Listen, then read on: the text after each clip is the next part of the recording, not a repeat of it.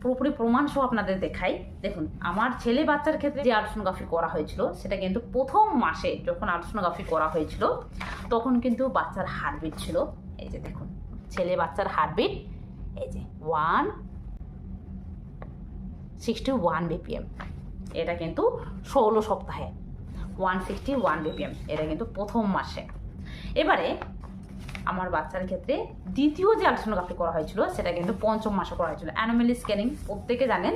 আর এখানে ছিল বাচ্চার হার্টবিট 164 BPM, এটাও বেশি এসেছে।